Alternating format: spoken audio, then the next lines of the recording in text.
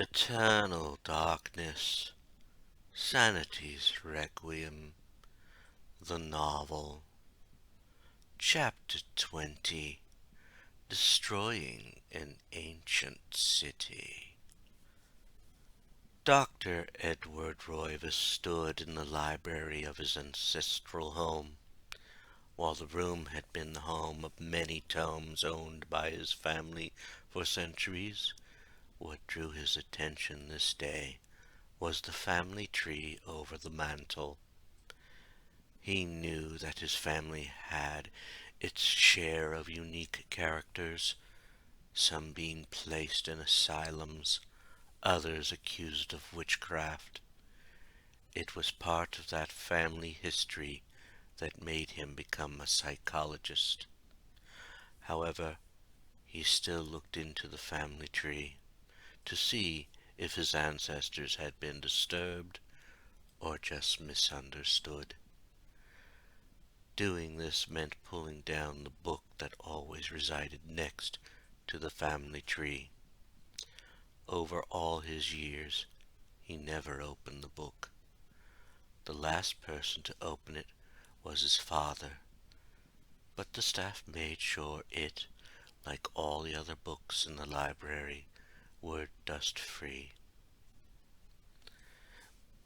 He picked up the book and opened it. He was surprised when, as he opened it, something black came out of it.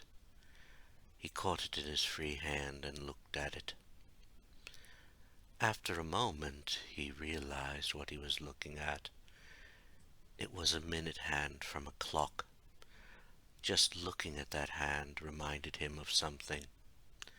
Back in the little work area of the library, which he used when he was working on a new patient, there was an old grandfather clock.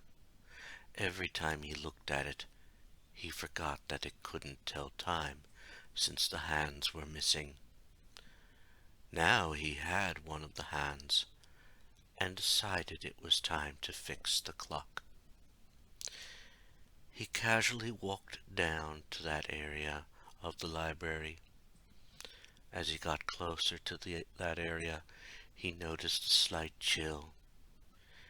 He turned to ask a maid, but noticed that she was busy with her task. There were times he would bother the cleaning staff with things like this sudden chill, but now was not the time. He left her to her job and continued to the small area. The chill increased as he entered the area. He stopped for a moment, looking over at the clock. As he stared at it, he briefly saw its breath.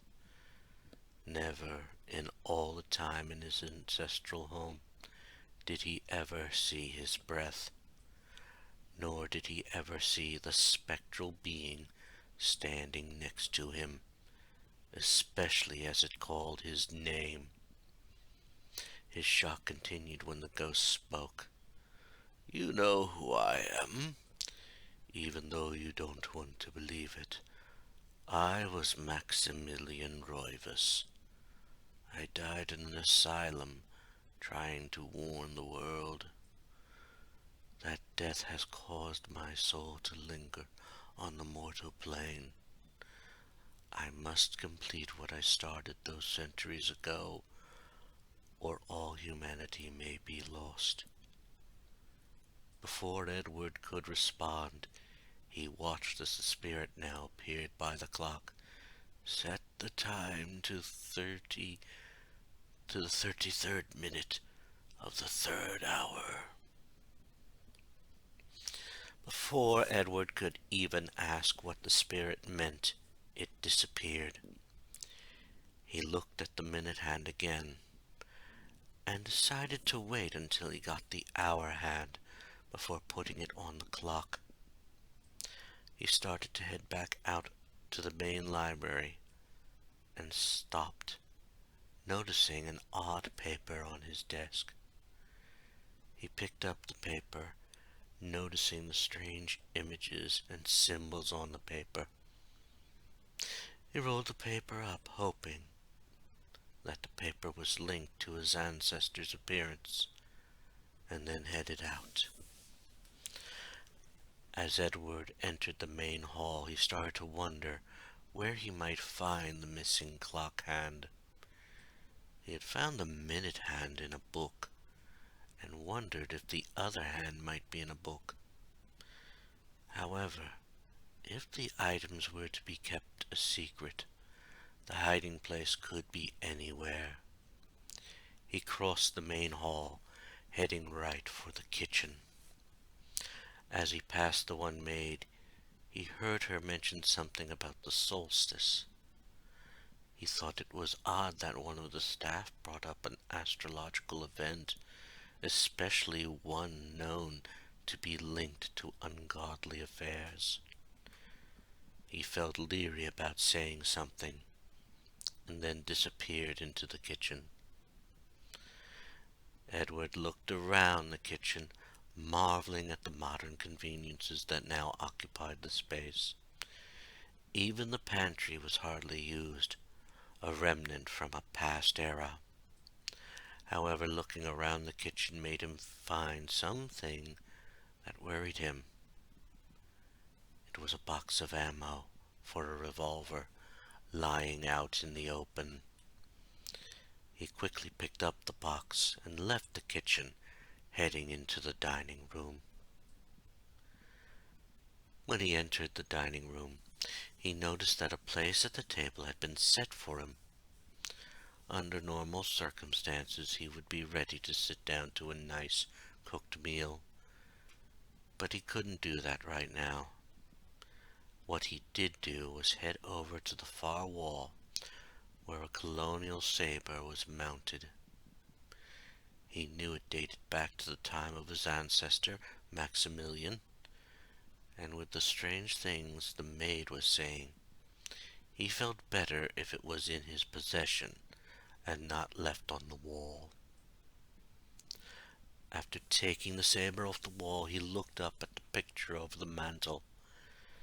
Every time he entered the dining room, his attention was drawn to the image. Of all the times he had been in the dining room, he never paid any attention to the picture. Now he noticed it for the first time. The picture was that of 4 runes, 3 of them surrounding the 4th in a constant circle. He wasn't sure what it meant, but something in him said it was linked to Maximilian. He left the dining room and made his way to the steps, determined to find the missing clock hand. Just before heading up the steps, he noticed the small clock on the table between the twin stairs. The clock never worked, but was constantly stuck on 1 time.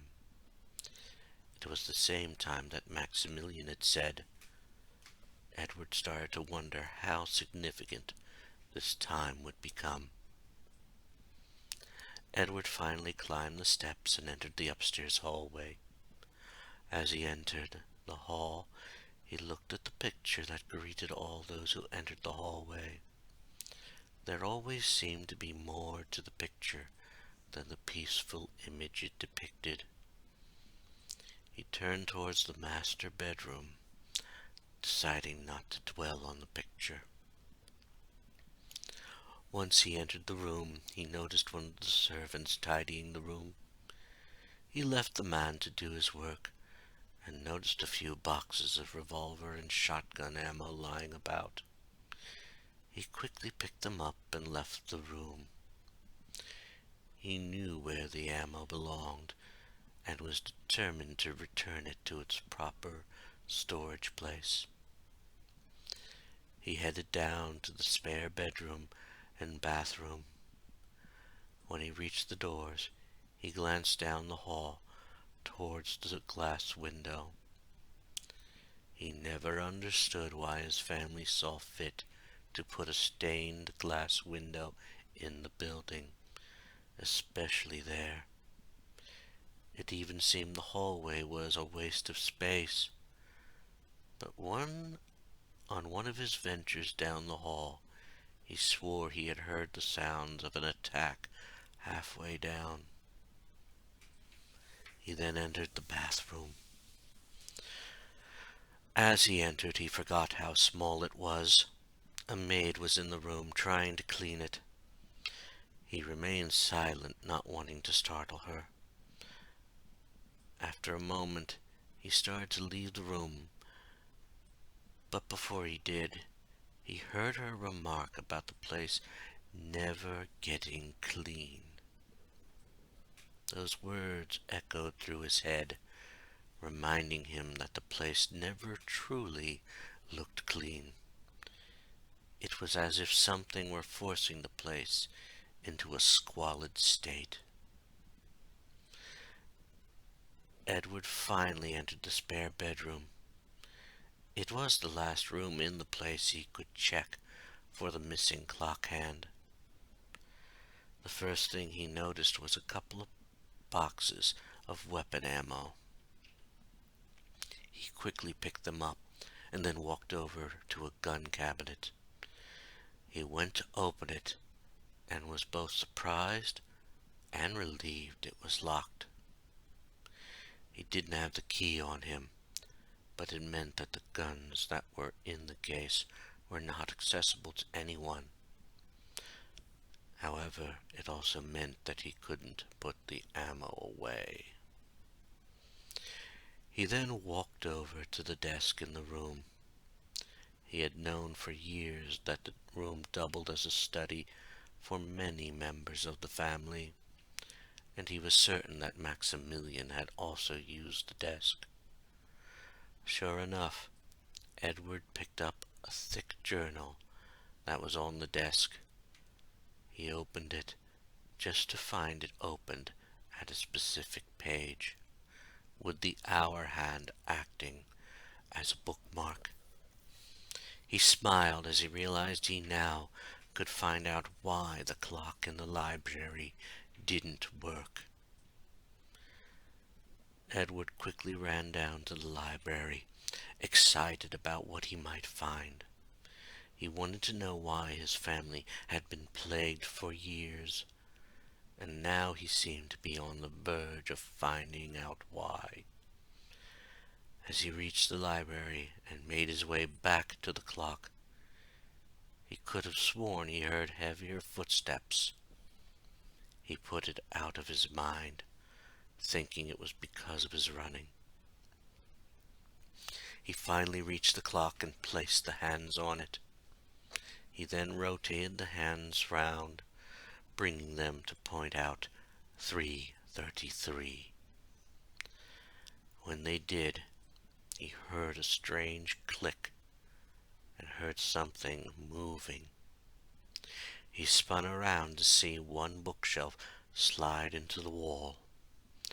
He also saw Maximilian's spirit walking into the now open passage. He followed the spirit down the passage to a hidden door.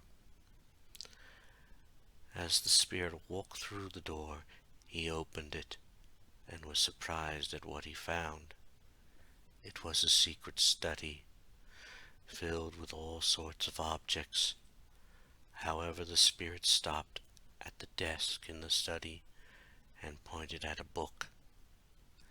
He walked over to the book and noticed its macabre look. The spirit then spoke to him. "Take and use them, Edward. They are humanity's last hope against the darkness. Destroy the guardians and avenge my wasted death." Before the spirit disappeared, it said something else to him. "And don't worry about doing this alone, for someone is here to help you."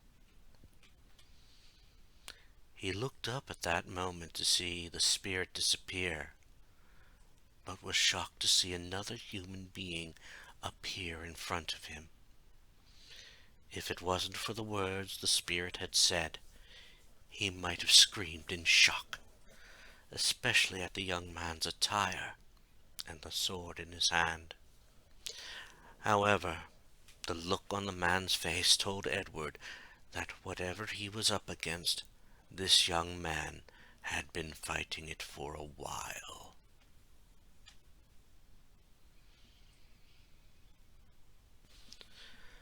Richard Cale looked around the secret study, noticing a few things were missing from the place from Alexander's time. However, the most important thing at the moment was that Edward Roivas was there and alive. Even though Edward couldn't see him right earlier, he had followed, out of sync with time, and saw things Edward wasn't aware of. Time wasn't on their side right now, but he felt it was needed to tell Edward a little something, so he could prepare himself. He glanced at Edward and nodded. "Hello, Edward. My name is Richard. I would like to tell you some more things, but I don't think we have time right now. Right now I want you to cast 2 spells, both using the rune for Yulioth. The first one is the enchant item spell, and use it on your sword. The second is the reveal invisible spell. Also, grab the revolver and all the ammo." He watched as Edward did what he was told to do. As Edward cast the spells, Richard did the same, enchanting his sword and revealing what might be invisible. Soon he saw a blue glow around Edward's eyes. When the runes faded, signaling the spells were done, he heard Edward ask, "What was all this for, then?" Richard went to the door and opened it. "I'm betting you heard footsteps as you came here. I'm betting something is in your house, but invisible." He didn't wait, but rushed out, hearing Edward following him. Normally, he would have liked to inform Edward more of what was going on, but he was certain that a threat had already begun to strike. Sure enough, as they reached where the maid was in the library, he saw it. She was screaming, and a huge creature was inhaling all her blood. Only one word came to Richard's mind when he saw it: vampire. Soon the creature stopped, and the maid collapsed for a moment. The creature then turned and ran towards the door that led to the main hall. He heard Edward say, "Good Lord, what was that?" Before he could answer, he noticed the maid had gotten up and had a crazed, hungry look in her eyes. He raised his enchanted sword, responding to the question. "My guess is that it's a vampire. We need to stop it before it kills more of your servants." He then swung his sword, grateful that his swing decapitated the monster the maid had become. As he ran, he glanced back to see Edward reaching a fallen vase and picking up something. He wasn't sure what it was, but he would ask Edward later, when they had a moment. He then ran out into the main hallway. He was thankful the other servants were all right, but he noticed the creature running up the steps towards the upstairs hall. He quickly scaled the steps, glancing back to see Edward hot on his heels. He was glad Edward was in good shape, unlike Maximilian, who had been on the portly side. He then ran into the upstairs hall and turned right, following the vampire. As he ran, he shouted back at Edward, "Is there anyone in the master bedroom?" He was glad that Edward didn't ask him right now how he knew it was that room, but was not happy when Edward responded, "Yes, one servant is in there." He didn't need to hear more, and quickly put his shoulder to the door, thankful that it opened quickly. They had arrived in time to see the vampire start feasting. He quickly swung his sword, causing the vampire to stop, and turn its attention to him. Richard jumped back before the thing could swipe, and saw Edward strike at the beast in that brief moment. Soon the creature howled in pain and ran off. He watched as the creature headed back out, and wondered where it was heading. Before he could even think about heading down, he heard Edward talking with a servant. The man appeared grateful, and handed something to Edward. Soon Edward was next to him. "I think we might need a better weapon, and luckily I just got the key to the gun cabinet." He let Edward lead the way to where the cabinet was, staying on the alert for the vampire's return. When they entered the spare bedroom, he watched as Edward ran over to the cabinet and retrieved an elephant gun from it. He then recast the spells and watched as Edward looked at him. Richard realized that Edward must be taking a moment to analyze him, using his psychological background to get a grip on things and figure him out. Right now, he knew they needed to stay focused. "Edward, what did you find back in the library?" Bringing the man back to the moment, he watched as Edward fished into his pocket, pulling out a bit of metal. "It's the bottom half of a key. However, I'm not sure where it's for." Richard nodded, turning to face the same direction as Edward, but glanced at the key. "It's the basement key. No doubt that's where the vampire's hiding out. It might still have the top half of the key." Before he could continue, he saw the vampire enter, setting its sights on the servant. Before the creature could strike the new victim, Richard jumped forward and slashed at it, followed by Edward doing the same. With the sword still enchanted, the creature howled and fled from the room. Richard started to pursue, but heard Edward talking with the servant. Soon the man followed, and they ran after the creature. As they entered the main hall, he saw the vampire leave the steps and head straight for the basement door.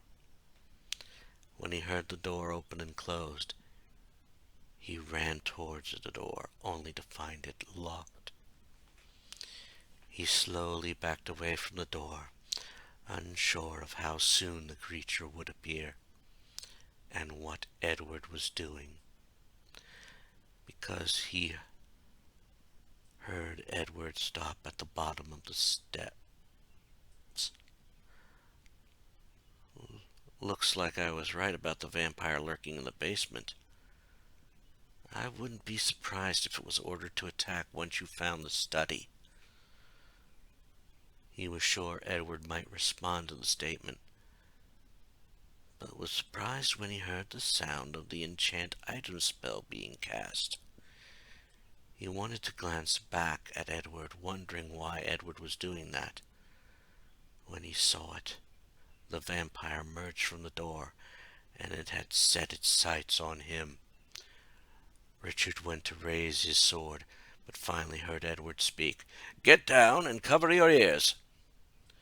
Richard did so, as the vampire leapt forward to attack him. In that moment, a loud boom echoed in the hall, and the vampire flew back, dropping something. Just as quickly as it had arrived, it ran back into the basement. He quickly moved forward, grabbing the item, and saw it was the top half of the key. He quickly got up and saw that Edward was getting up himself. Obviously, Edward used the elephant gun to chase off the vampire. He then handed the top half to Edward. Looks like the creature had stolen the key and broke it. Cast the enchant item spell on the key and it will be fixed. Then we can get rid of the creature for good. He watched as Edward did so, but saw the man was puzzled by something. You know, it looks like the creature was back to full strength. Maybe it has something down there rejuvenating it. Richard had to agree that it was possible, and if that was the case, they would need to take care of it first. He then heard Edward say, "Shouldn't we protect ourselves first?" Richard nodded. "Yes, cast the shield spell, as well as the magic pool spell." He had noticed that Edward had found the spell earlier when he saw its page in the tome. He did the same as well, and they headed down into the basement. When they reached the bottom of the steps, Richard quickly jumped back, avoiding the vampire's swing. He watched as Edward took that moment to attack with his saber. Richard quickly ran past the beast and straight to an obelisk that stood right where the pool and entrance to Enga was. On it was the rune for Chiturga, and Richard realized that it was what the vampire was using to restore itself. He started striking the obelisk, jumping away when the vampire took a moment to try and stop him. Edward was doing a good job of weakening the creature, but Richard knew it would be useless until the obelisk was gone. Soon enough, the last blow caused it to collapse. He then turned towards the fight and struck the vampire in the back. The creature howled and then fell dead. With the creature dead, Richard finally took a moment to catch his breath. The past few chapters had been filled with peril from the start, and this was just the latest. It was also his 10th visit to the past, which meant that any further visits to the past would be dangerous to himself. He brought himself out of his thoughts when Edward finally asked, "Was that the same thing my ancestor saw?" Richard shook his head, and Edward just took a breath. No wonder he was thought to be mad. Something like that is enough to drive anyone mad. Richard looked around the basement, taking in the surroundings. There was no safe like in Alexandra's time, as well as no door leading to a small room. Those had to have been added after this point in time. The well, which was covered over in Alexandra's time, was still there. He also noticed a double-barreled shotgun mounted on the wall, as well as some boxes of ammo scattered about. Also, on one lone shelf, he could see a scroll, which just from a quick glance had to be a summoning spell, most likely for a horror. He then ventured to the ladder in the well and started to climb down, saying to Edward, "No, I think the sight of what's down here might have done that. Believe me, I was also overwhelmed when I saw it. But before you follow, grab the ammo, scroll, and shotgun." He was down the ladder and heading down the steps when Edward caught up to him. "I trust you'll tell me more soon, because I have tons of questions."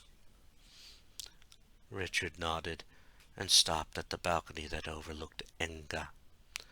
"I'll answer them now, including how I got mixed up in all of this, as well as how it has plagued your family, not only in the past, but now and in the future." He then saw Edward's eyes go wide, and he wondered if it was because of the city of Enga or about the known future.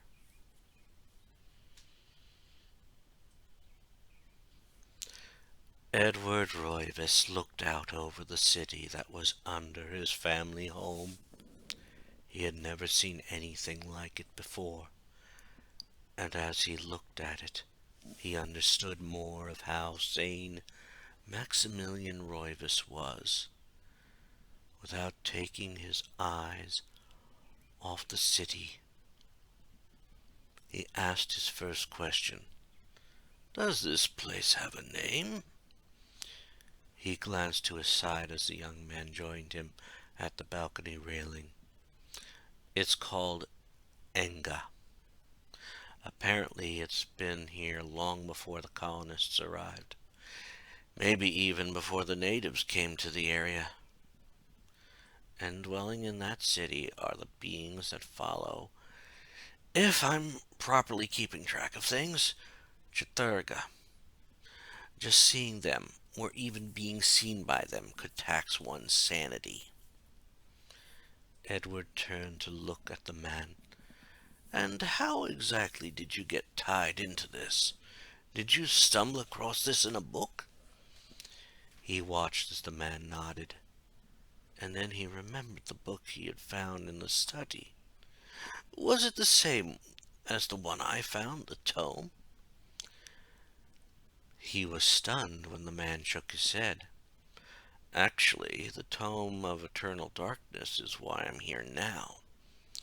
There's some dark magic in that book that is pulling me to the times the chapters took place. However, what drew me into all this was a letter in a book on the ancients, a book written by you." He was shocked by those words.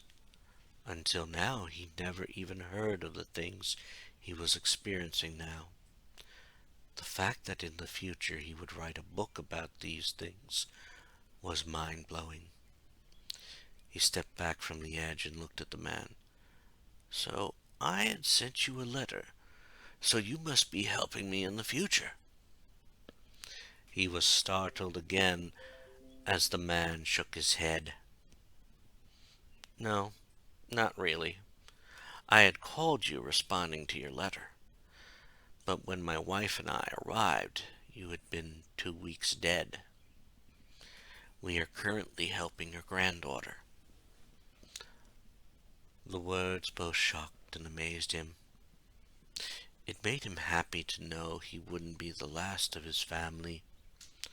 However, it also saddened him to know that this fight would be passed on to not his child, but his grandchild. He sighed for a moment and then looked at the young man. As everything sank in, he remembered the young man's name. "So I contacted you, Richard." The young man nodded, and he asked his next question. "Judging that I've just met you now, I must have written the letter specifically for you and even your wife." The young man nodded again, but Edward decided to continue. "When you arrived, obviously you started to help my granddaughter, and in turn found this book.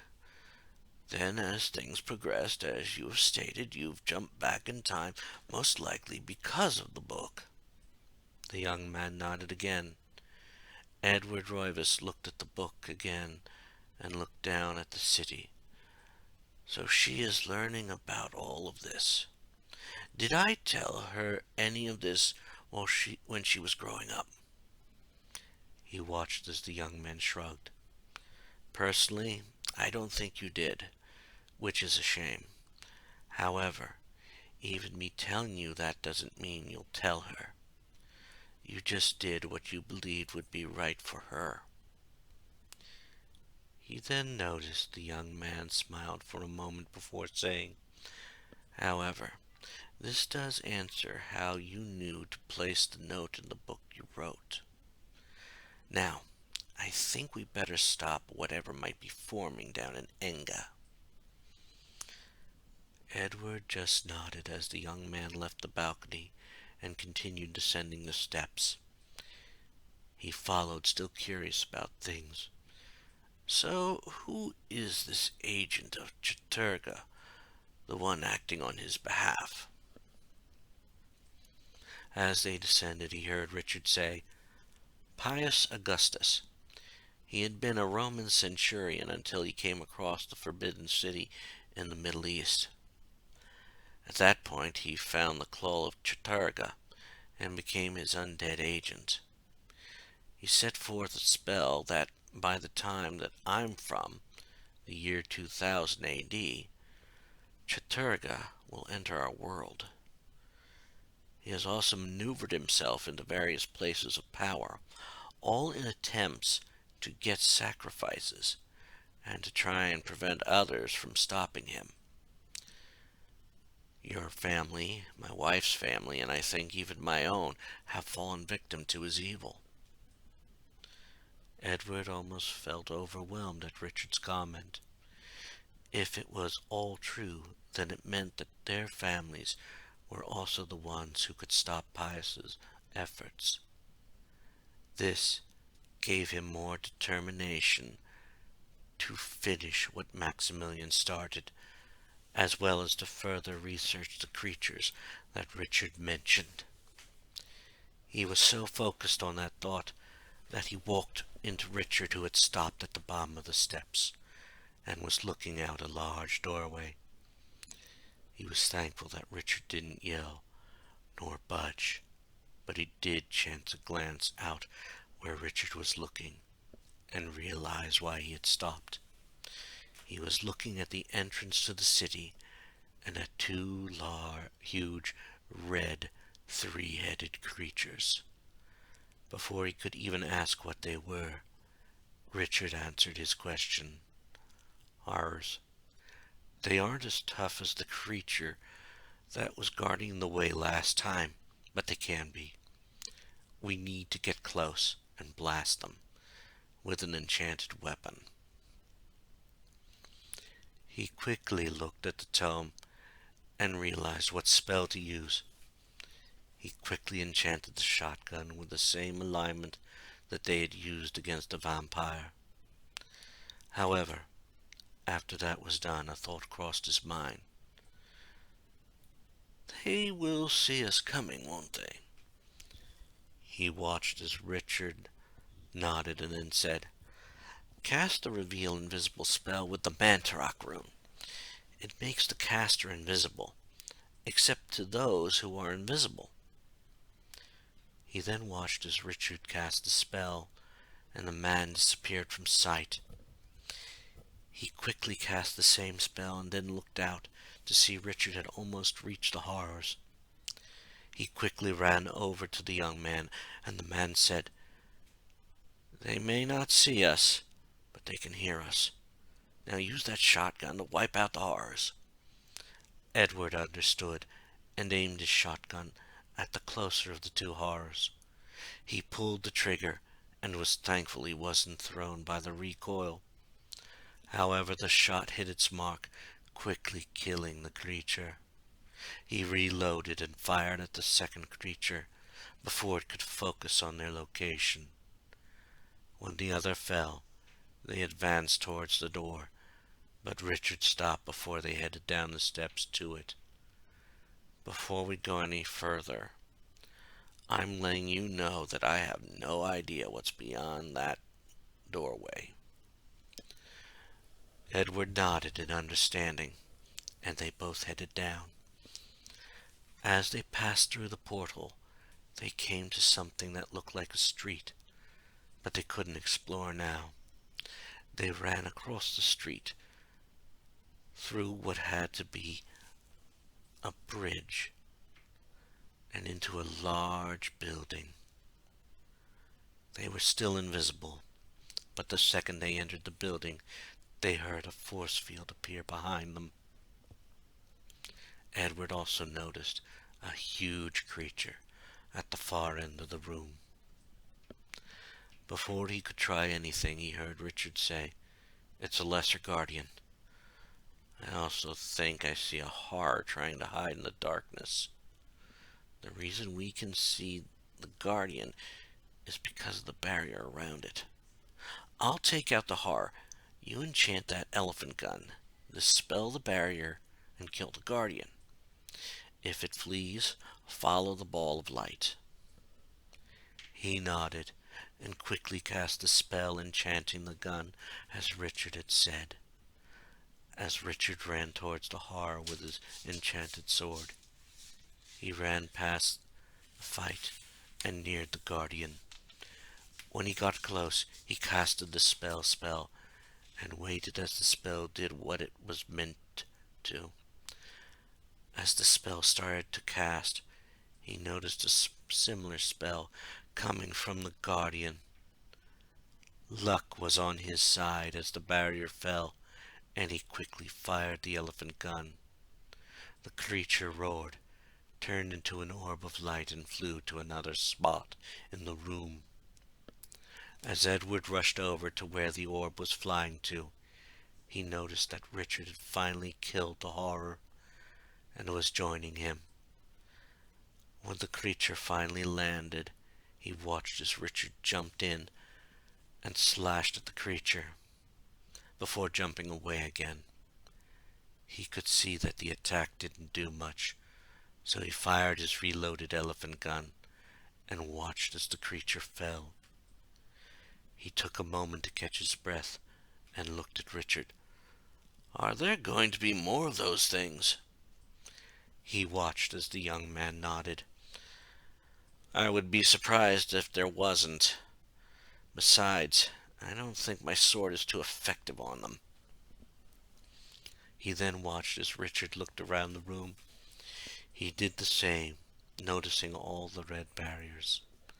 The only path without a barrier was the one the guardian had been at. There was a large door, but no barrier protecting it. He glanced at Richard and motioned towards the door. Maybe it was guarding something very important behind that door. He watched as Richard nodded, and they went down to the door and entered it. Once inside, he was amazed at what he saw. The first thing he noticed was 3 pedestals on a bridge from the door to a large machine. As he passed the pedestals, he studied the machine. It was covered by many runes, and around it were what appeared to be stone pillars that had what looked like screens and buttons on them. As he walked to one opposite the entrance, he heard Richard make a statement. "Good grief. This is like a giant circle of power. If we could figure out how to set the runes, we could cast a massive spell, one that could rid Enga of all the creatures in it. It could make it safe for your family for a while." Edward nodded and then asked the important question. "If this is what you say it is, what runes do we need?" He watched as Richard thought about it before finally speaking. "We need the rune that is the one who can defeat Chturga, which would be Ulioth. Then we need the runes for Dispel and Area. The others will just be Pargon or Power runes." He then watched as the young man joined him at the spot opposite the entrance. "No doubt this will be the spot the alignment rune is placed." He then watched as the young man pushed the button. They both jumped when the sound of thunder came from behind them. They turned to see the array had come to life, and blue rings appeared in the center. As they looked at it, he heard Richard say, "I think it's a teleportation ring, and it might disappear after one of us enters it. We may have to take turns entering it." Edward nodded in understanding and started to step towards it. Before he entered the rings, he turned to Richard with an important thought. "Any idea how to prepare for this?" He watched as the young man paced for a moment. It was obvious that he was seriously considering the best course of action. Finally, after what he felt might have been an eternity, The young man spoke. Enchant your guns with the Ulioth rune. That way it will be more powerful against lesser guardians. Make sure you cast the spell called Magic Pool. That should make sure your health and such stays high. Also cast in the invisibility spell. That way you can maintain an element of surprise. Edward nodded in understanding and cast all the spells. He then stepped into the circle, and instantly his view changed. He was no longer in the room with the array, but on the top of one of the towers. He also noticed he wasn't alone. A small creature walked along the top of the tower. Edward started to aim his shotgun, but put it down, pulling out the revolver. He quickly took aim and killed the creature. Once the creature collapsed, Edward moved to the highest point of the tower, and on what looked like a glowing stone, 3 runes appeared. None dominated his view, but they were each a different color. One was blood red, one was ghastly green, and one was pale blue. Edward quickly consulted the tome and learned which each rune represented. He remembered that Richard told him that Pius was a follower of Chiturga, and according to the diagram, the blue rune, Ulioth, was superior to it. He touched that rune and watched as it dominated the stone. He then jumped when he heard the sound of thunder behind him. He then saw that the teleportation circles had returned. He didn't think they would take him back to the array room, but it was his only way off the tower. He ran back and stepped into the circles.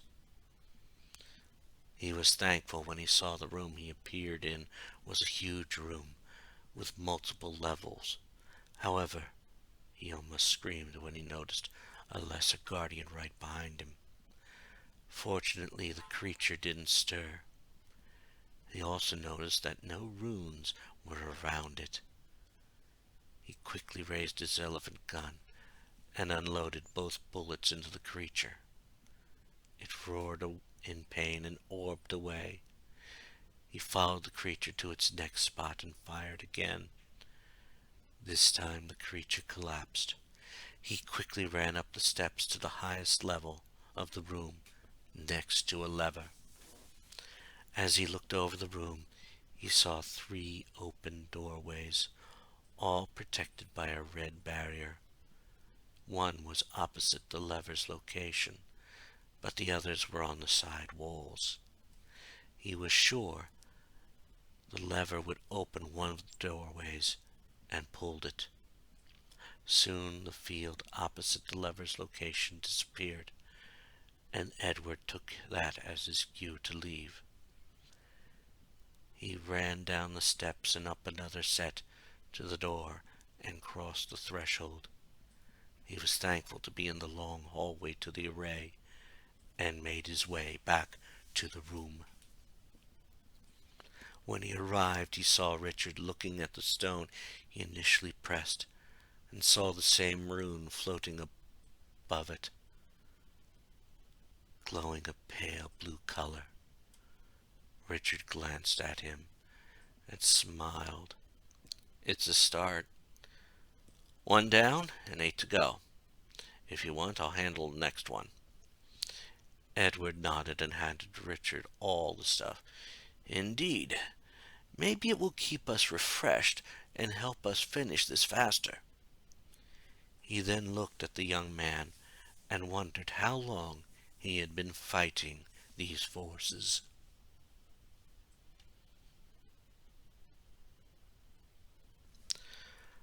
Richard Cale took all the weapons, as well as the tome itself, and stepped over and pressed the stone to the right of the Ulioth rune.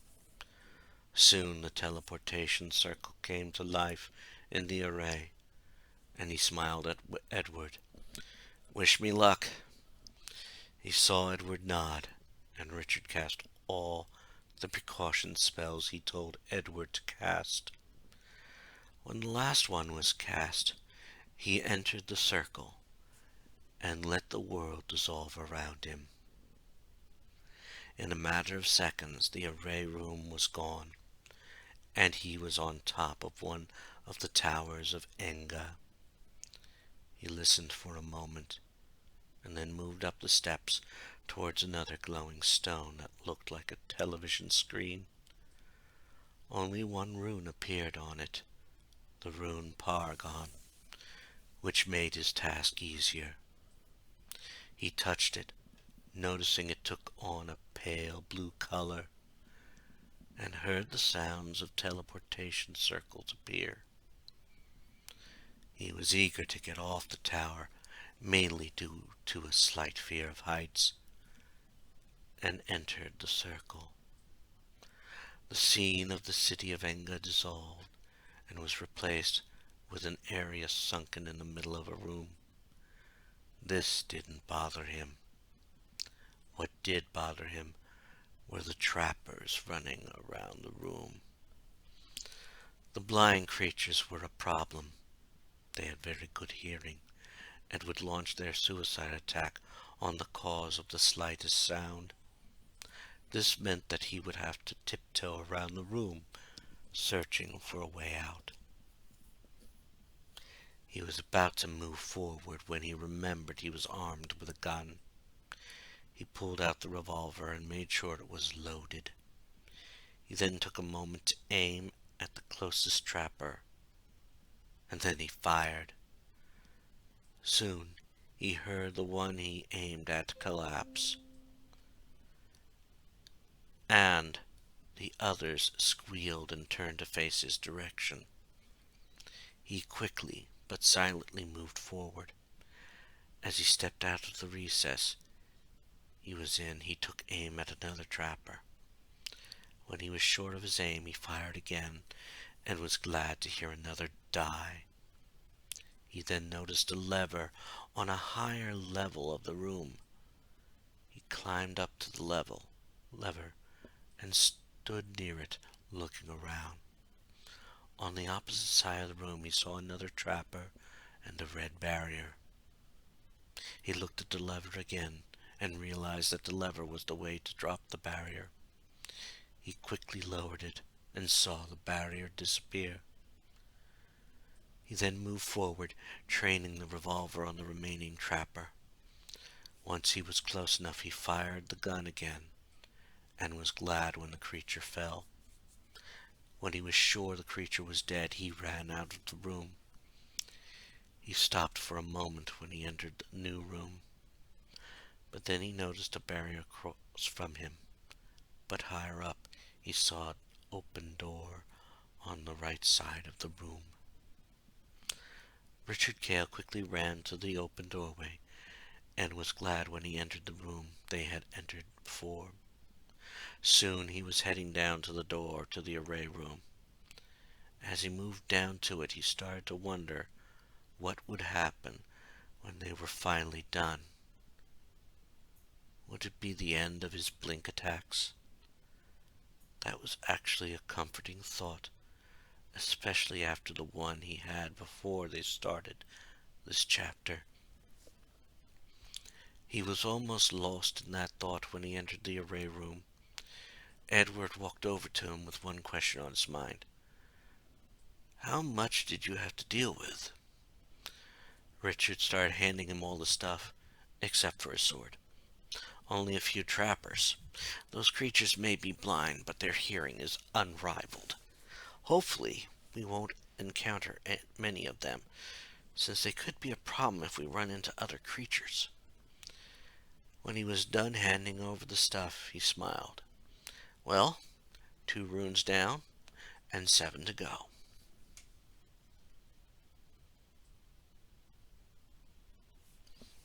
After he had all the items again, Edward Roivas went to the stone next to the one that was just activated and pressed it. Soon the array was active again with the teleportation circle. He started to walk towards it and realized he needed to restore all the precautions. As he did so, he looked over at Richard and asked an important question. "Richard, once the spell is fully cast, any idea of how long we have to get out?" He watched as Richard shrugged.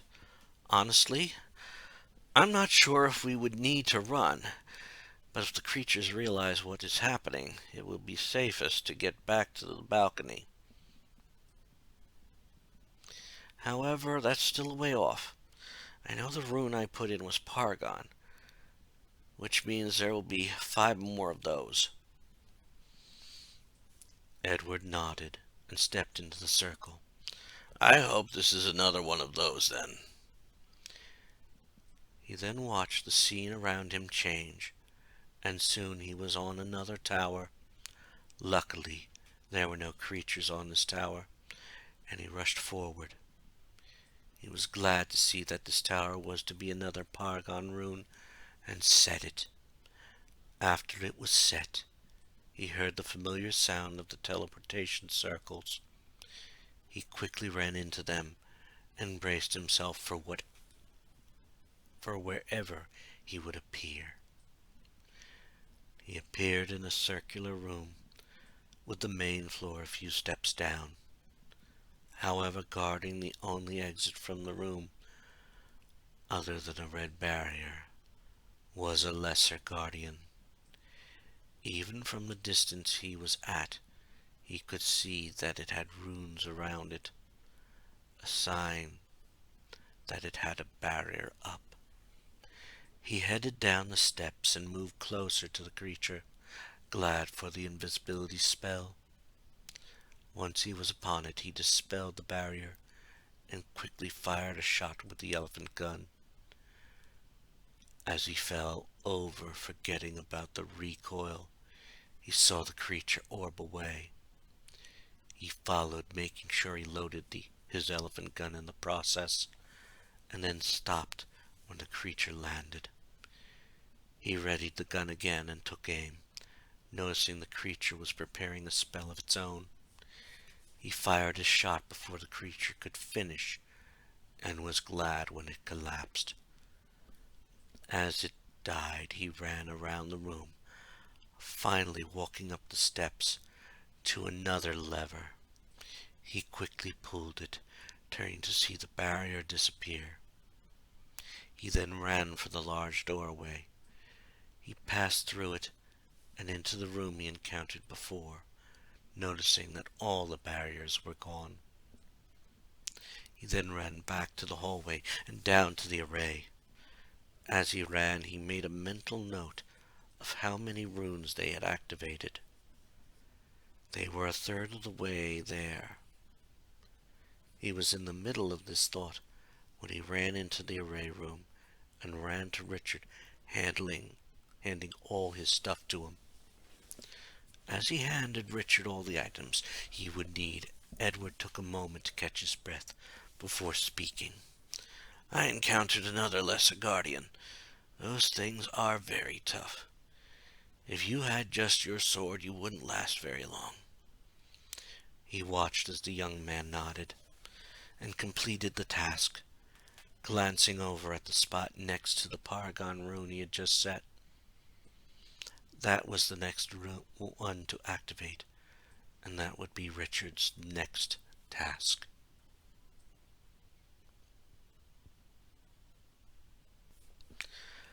Richard got all the items together, and then ran over to the next glowing stone. As he activated it, he said to Edward, "I would be more surprised if I didn't survive. Every time your granddaughter has read a chapter, I've ended up in the past. In one of the past chapters she read, I ended up in a year after this one, and I've heard Pius remark about our past encounters." He heard a sound of surprise come from Edward. "So just from hearing that, you already know you will survive. However, what happens if a chapter takes place after that time.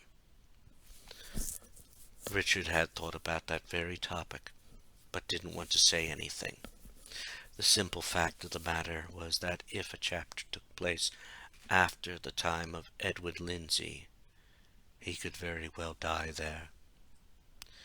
He started casting the various protective spells as he finally answered Edward's statement. To be honest, I know that is entirely possible, but for the sake of my wife and for helping your granddaughter, I don't want to consider it. He saw Edward nod in understanding, and then he made his way into the teleportation circle. When the top of the new tower came into view, his attention was on the familiar form of a trapper. Before he even moved from the spot he arrived at, he raised the revolver and took aim. He knew the creature wouldn't see him, since the thing was blind, but it would know where he was once the gun fired. He quickly fired the gun, and was glad when the creature yelped and died. He then ran up to the tip of the tower, where he could set the rune. Once he got to the glowing stone, he was surprised to see the 5 noun runes on it. He looked over each one, knowing only one would be right. He racked his mind before finally pulling out the tome to verify which rune he needed. Finally he touched the rune Neslik, the one that translated as area. It turned pale blue, and the others disappeared, and the teleportations circles appeared. He quickly ran down to it, hoping there would not be many dangers waiting for him. When the new room overtook his view, he stayed silent for a moment and heard the unmistakable sound of trappers. He slowly stepped out onto a narrow ledge around a large structure, thankful for the guardrail. He moved around it. Once he reached a corner on the left of where he appeared, he froze. He saw one of the trappers, but also noticed on a balcony opposite where he was standing a lesser guardian. The large red creature was guarding a lever, and Richard realized what would happen. Once he fired a shot, every creature would be alerted. If he risked crossing to get closer to the lesser guardian, he might critically wound it before a trapper could threaten him. Any shot fired before then, and the creature would set up a barrier. Before he could move, he heard a sound behind him. He looked in the direction he had come from, and saw a second trapper coming up from behind. He realized there would be no chance at surprise, and shot the approaching trapper. As it fell, he heard 2 more alert squeals, and then saw the lesser guardian already casting a spell. He quickly rounded the corner, shooting the next trapper, and ran to a set of steps. As he ran, he heard another spell coming from the lesser guardian, and realized it was getting ready to attack in some way.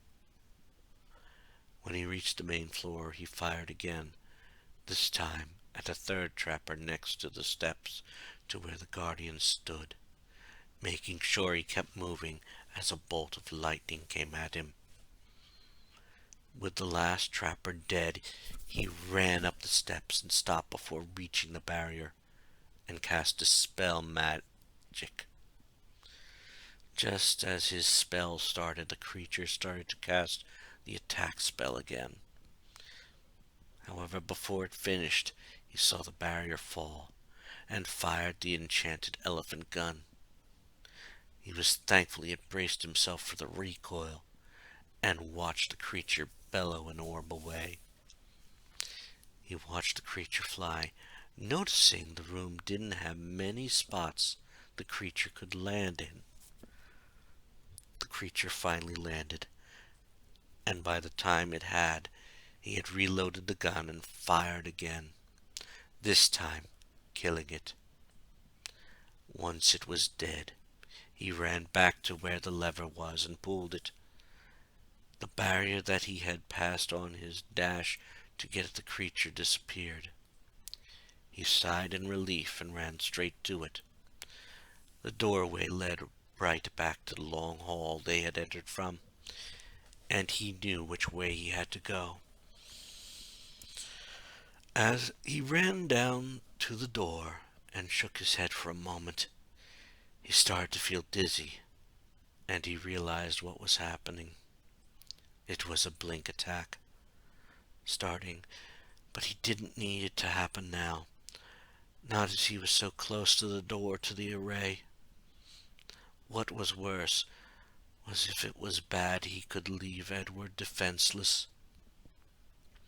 He fought to reach the door and pulled it open. As he stepped into the array room, he started to stagger and saw Edward running over to catch him. As he started to fall, he noticed one thing. All the runes were changing color, from pale blue to a ghastly green color.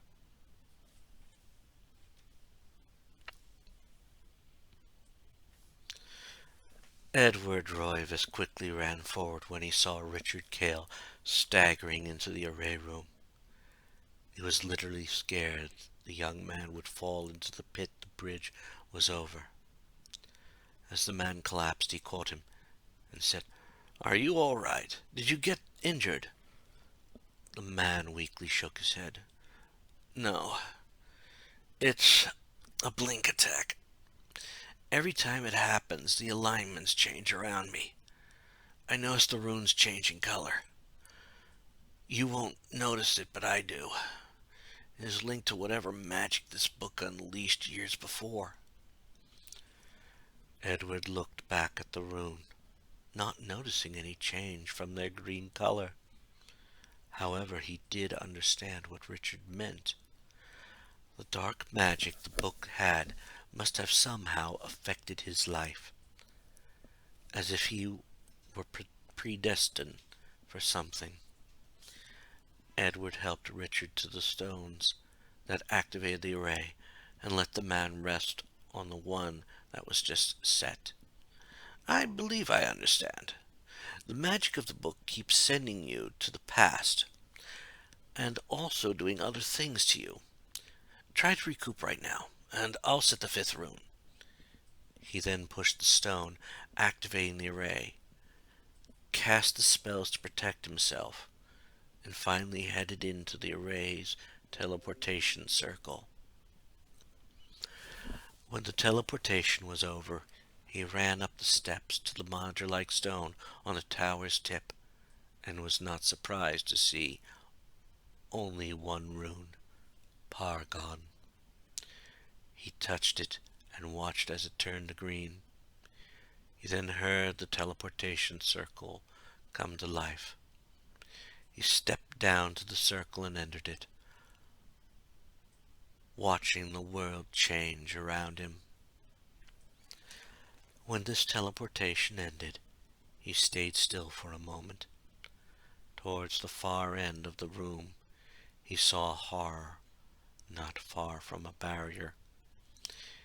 He looked off to his left and saw the hideous blue Lesser Guardian. He also heard the sound of a trapper moving along. This room would be a challenge, knowing that all the creatures would need different weapons to be destroyed. The trapper would be easily killed by the revolver, and the horror best to be destroyed by the shotgun. The enchanted elephant gun would be best for the Lesser Guardian, but firing one weapon would alert all the creatures. All things considered, the only way to get to the Lesser Guardian would be to run to the far end of the room and double back.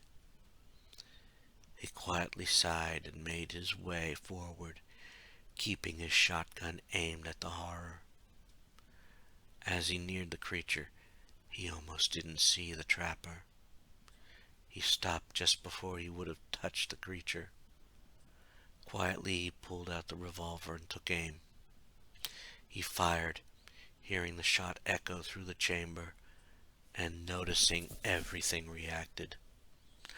The trapper collapsed, the horror returned, and he heard a spell being cast from the direction of the Lesser Guardian. He quickly took aim with the shotgun and fired at the horror. Before it could recover from the attack, he fired again and quickly reloaded. His attack finally took down the horror, and he made his way over to the Lesser Guardian. He didn't know what spell the creature was starting to cast, but he didn't want it to finish casting the spell. He hoped that the spell to dispel magic would work in time. He was glad when the barrier disappeared and he fired his elephant gun. The monster roared and orbed away. For a brief moment he considered pulling the lever to drop the barrier at the far end of the room, but decided not to. He wasn't sure if the Lesser Guardian could get past the blue barrier or not. He then ran after and stopped before the creature returned to form. He quickly leveled the elephant gun and fired. The recoil sent him off his feet, but not over any floor edges. The blast, however, sent the Lesser Guardian into death. He quickly got up and ran over to the lever and pulled it. When he saw the barrier disappear, he quickly ran to the doorway and proceeded to the next room.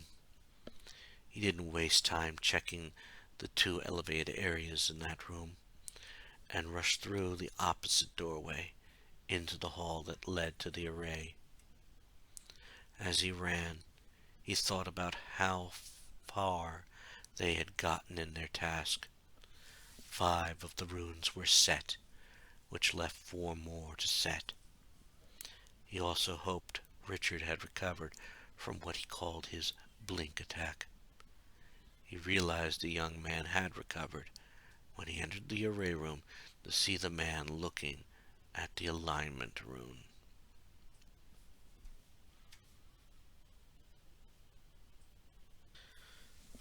Richard stood looking at the rune for Zelatoth.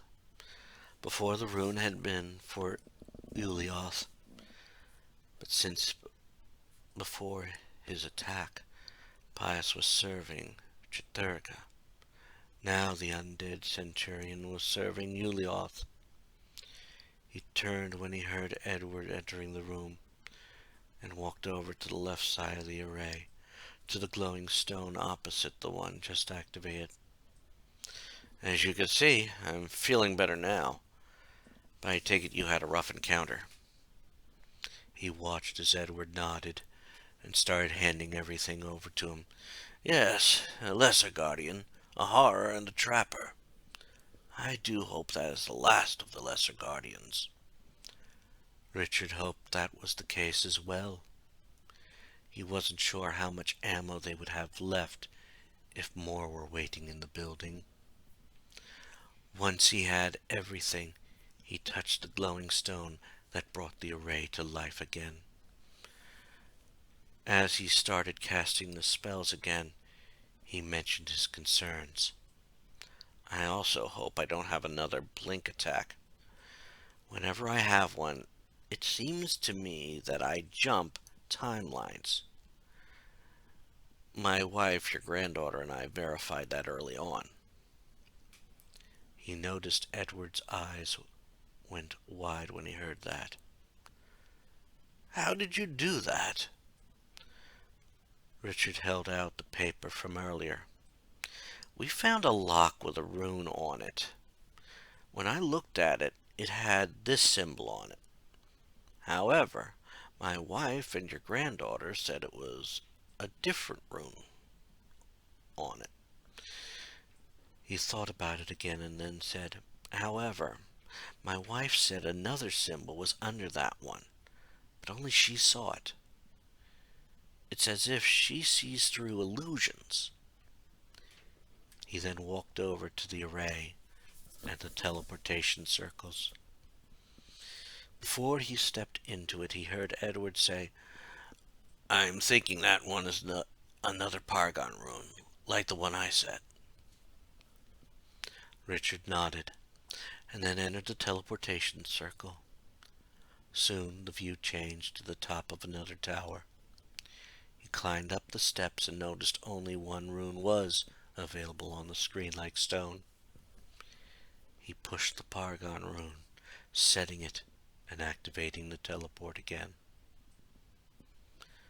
When he stepped into the circle this time, he was transported to a huge room, and he was overlooking a fight. It was two horrors, one blue, the other red, fighting with one another. He silently watched the battle, eager to see who lost.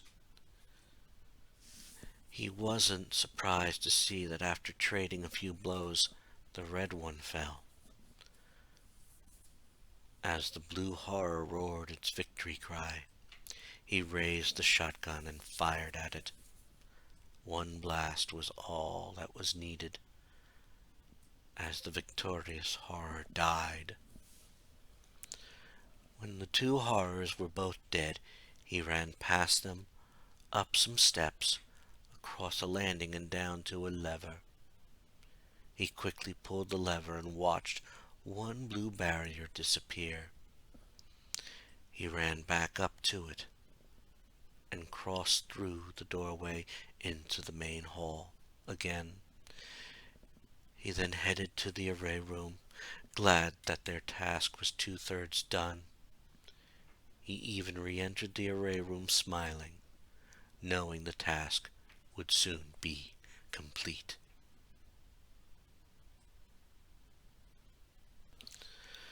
Edward was glad to see Richard had arrived safely. He also noticed that as Richard handed him everything, the elephant gun wasn't used. As he looked at it, Richard smiled and said, the only creatures I encountered were two horrors, fighting to the death. We may have hit our limit for lesser guardian encounters. He nodded, hoping Richard was right. He then walked over to the next control stone and pressed it. He looked over to the other side of the array and noticed that the column that was opposite this one had a different rune than Paragon. Which rune do you suppose will go here? He watched as Richard joined him, and then looked at the one he had just looked at. Odds are it will be Requiem, which is the rune for Dispel. Then all we have to do is set the last two as Paragon runes. Edward nodded, and then cast all the spells they had been casting every time before entering the transportation circles. When he entered the circles, the next tower top appeared around him. He was thankful that no trappers were wandering around. He quickly made his way up to the glowing screen-like stone. When he got there, he wasn't surprised to see 4 runes to pick from. He did, however, remember the rune Richard told him and selected it. Once the rune dominated the stone, glowing its ghastly green color, he heard the teleportation circle activate.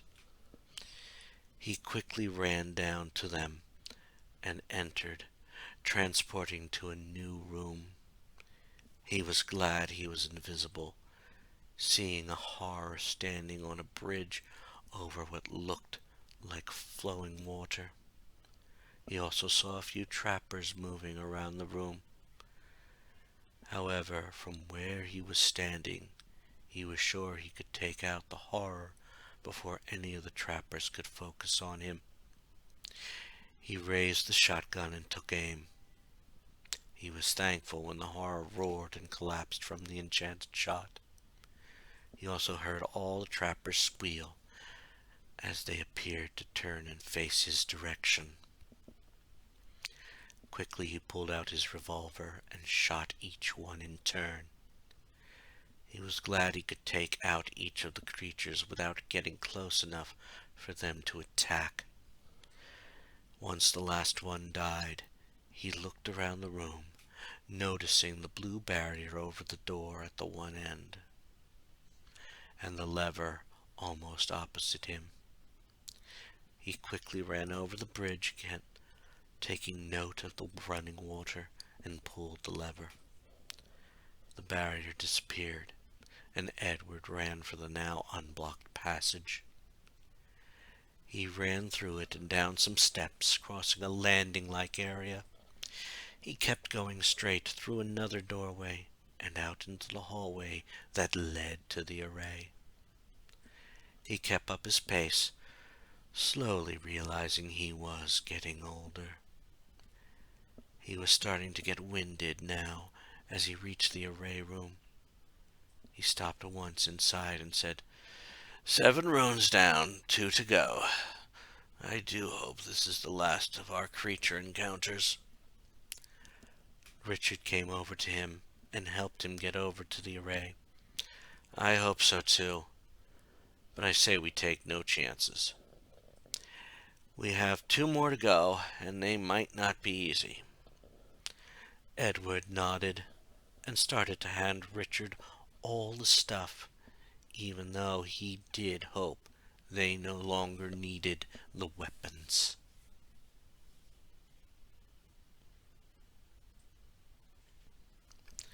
Richard Cale took all the stuff, tome, weapons, and ammo, and then walked to the next array column.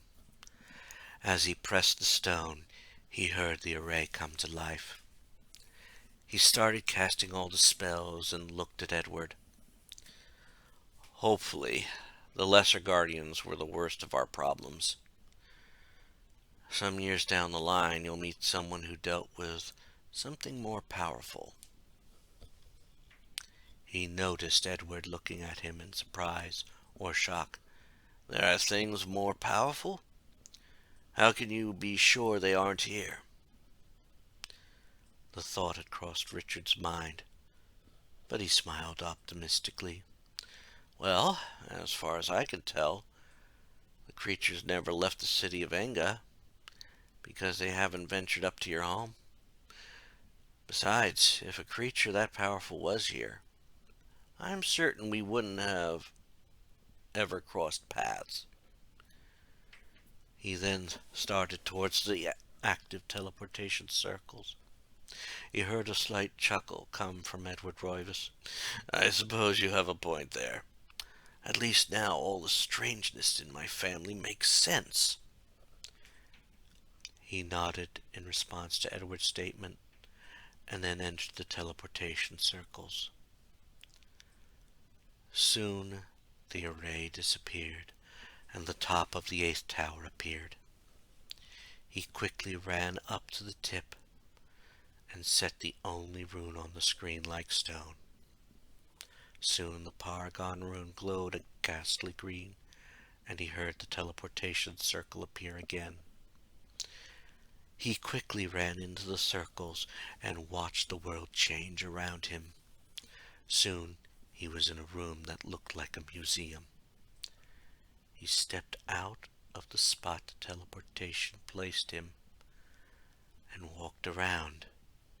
In each area there appeared to be either a trapper, a zombie, or a horror. As he passed, he was thankful that none of them moved. It told him that none of the creatures were alive, if a zombie could be considered alive.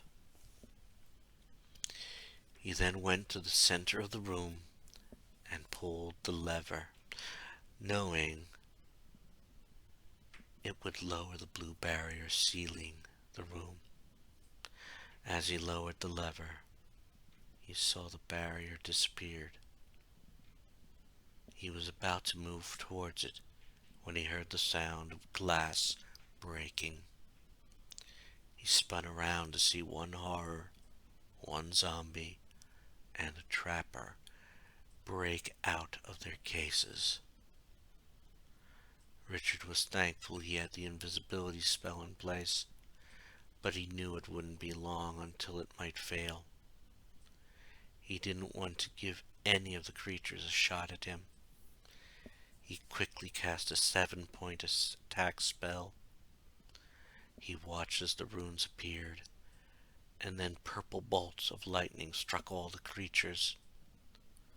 The only one that didn't fall was the horror, but he saw the blue glow occasionally pulse through the creature. He also noticed the horror was now trying to do the same, and kept moving. Soon the creature collapsed, and Richard was thankful it was dead. He really didn't want them running across the escaped creatures.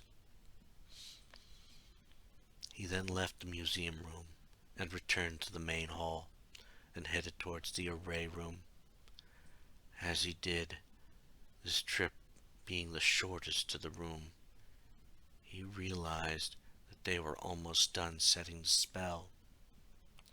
He started entering the room, thinking that the big spell would start with the setting of the last rune. As he finally entered, he saw Edward coming over to him. He handed everything to Edward and said, "Edward, once you set the last rune, we need to get out of here, quick. I'll be waiting for you right by the last room. It's the only room with a barrier still in place." He saw Edward nod in understanding and headed back out of the room and to the only blue barrier still in place. He also hoped Edward wouldn't take long setting it up. Edward ran over to the final spot of the array and activated it. He wasn't sure if it was safe for Richard to be waiting out in the hall, but understood the reasoning for it. The spell they were setting up did not waste time in casting, and if there was a chance they might get hit by it, he wanted to be out of there fast. This time he didn't even cast any of the spells before entering the teleportation circles. Once he stepped into the circles, he saw the 9th tower appear around him. Once he was there, he ran to the top of the tower and pushed the glowing rune on the glowing stone. Soon, he heard a loud voice echo through the city, reciting all the runes in the spell. Then he saw all the towers start to glow in a light green color, and the glow was starting to intensify. He quickly ran down to the glowing teleportation circle and was transported to a room with a pit in it. He quickly saw the barrier and saw the lever opposite from it. He quickly ran to the lever and pulled it. He watched as the barrier fell and started towards it. He stopped when he heard a roar, and a huge, purple snake-like thing came out of the pit. It froze and then disappeared. He shook his head for a moment, taking a quick drink of a flask he had been carrying on him all this time. Soon he heard Richard yelling, "Edward, we need to get out of here. Everything is coming." He left the room and saw Richard heading through the exit of the hall. He quickly followed, seeing blue orbs flying into the hall. He quickly realized what they were, more lesser guardians, and he didn't think they had enough ammo to defeat them all. Soon They were both out of the building and out of the city gates. They didn't slow down as they ran up the circular stairway. All that time he heard more and more of the creatures making their way to the hall they had left in the city. The noise was getting unbearable, and he was afraid they would make their way to the stairwell. He finally realized that Richard had stopped at the balcony. He followed Richard and saw the tower's greenish glow was almost blinding. He was in shock when he saw what happened next.